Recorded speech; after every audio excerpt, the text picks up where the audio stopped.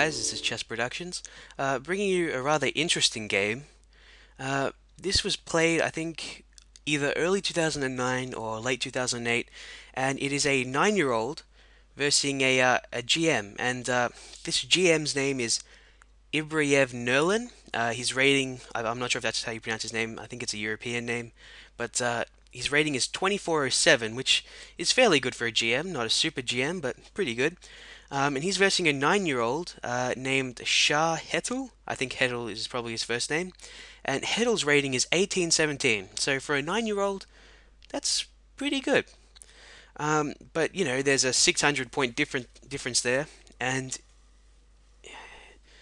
the 9-year-old just skillfully takes down this GM. And I couldn't believe this when I heard it. I thought it was a just some big lie, but it isn't. I found quite a bit on this game, so let's jump into it here.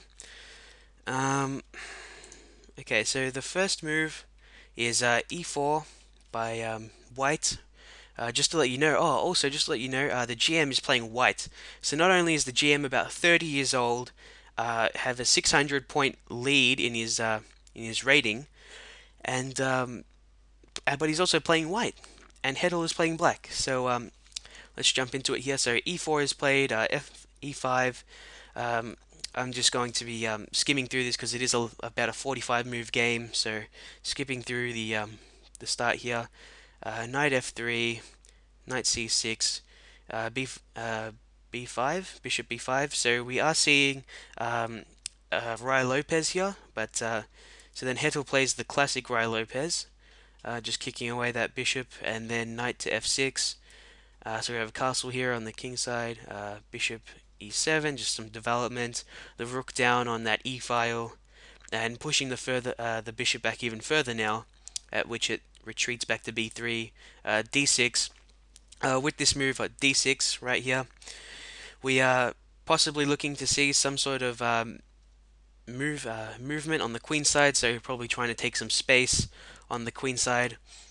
So we have c3 by white, and maybe this could possibly be a retreat square for the bishop. It actually acts as a retreat square later, but let's continue. So black castle's kingside, h3. Probably white has plans of stopping this knight coming in here on g4. And now we see knight a5 from black, and this is definitely attacking the bishop here. Of course, it's protected, but this is definitely telling white that he is going to make some movements on the queen side, and we'll see that very shortly. Bishop c2, so white doesn't want to lose that bishop right away if the exchange is made, and c5. And now this right here is basically saying, look, the queen side's mine, you're not having it anytime soon. And now white plays d4, because if you look back here, black does have a really strong center. So d4 is played, looking to undermine it maybe. And then we have queen c7, and what this is doing is, if the exchange does take place, this c file will probably open up, and the queen might have possibilities of attacking this queen side of white. So then we have knight d7 here, knight d7. Probably just getting a little bit more presence in the center and just a little bit of development. Although keep in mind he is blocking in this dark squared bishop. And then pawn takes, pawn recaptures, and now look at this c file. It is absolutely opened up, and this queen is it's unleashed. And that'll actually come in handy a little bit later. So let's get into this. Bishop d7.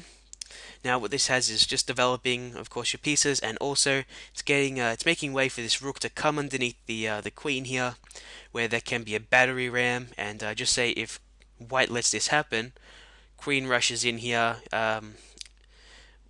Well, then queen takes, and then rook takes, and then you have this nice rook here on the 7th rank, and that'll just be absolutely devastating for white. So I think white is already preparing for this. So we see knight f1, and then as the rook comes under, knight e3, and this is basically putting another defender on this bishop to stop that battery from happening. And then we see knight c6. Basically, this knight is not doing anything on this rim here, pretty much nothing at all. So possibly looking for a reroute. Just a little bit more presence in the center also. And a3 is played. I guess that's a pretty good move, just looking maybe to push forward later. And also maybe limiting the scope if this if takes. Although I can't imagine it taking with this. Probably knight takes. Um, we could work it out, I guess. But a3 is played, and so that's pretty much just limiting the scope once this diagonal could be opened. And then we have bishop f8. I guess this is kind of just a waiting move, just saying, look, what do you want to do, White? Make up your mind. And this is White's first mistake, b3. And if you remember how I was talking about this queen being on this c file, well, if you look at it now, b3 was the only defender of this square here, of this c3 square. So now there is no defender on that square, and watch how black just skillfully takes control of that square. So we have knight d4. Hold on a second. Sorry about that, guys. So continuing on, as we see here, so the knight takes on d4 here, just skillfully, and watch how the queen just takes control of this square. I think White was pretty much expecting maybe Hetul to take with the pawn first here, but instead it takes with the knight, and pretty much unleashing this queen. And then once the knight takes back, just to tell you that if this pawn takes this knight and then the queen comes down, I suppose black does have a chance of coming back, but it just pretty much just puts a defender on this square, and that's not what Hetul wants. So first he comes in here with queen c3, attacking this unprotected rook. And just to make matters worse, White doesn't play something like a2 just to get it off that off that square. He should have just cut his losses there, but instead he sacrifices the rook and plays knight e2, attacking the queen. And I think this move was made to after queen takes on a1, and then queen d2 was looking to trap the queen, but Hetul, don't forget he is 9 years old, just plans the escape of this queen with d5. And what this is doing is unleashing the bishop here on this a3, and it's plotting the escape of the queen here. It is absolutely amazing. Because just say if it allows this to happen, maybe pushes on the king side a little bit more. Comes in here, we have the exchange of bishops. Otherwise, then just take on it and then attacking the queen.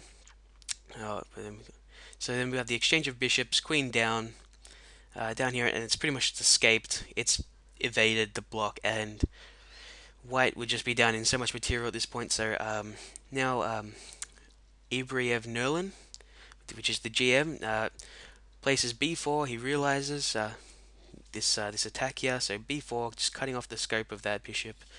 But now just Hetul just keeps pushing forward with d4. He's really starting to put a question to the white center here.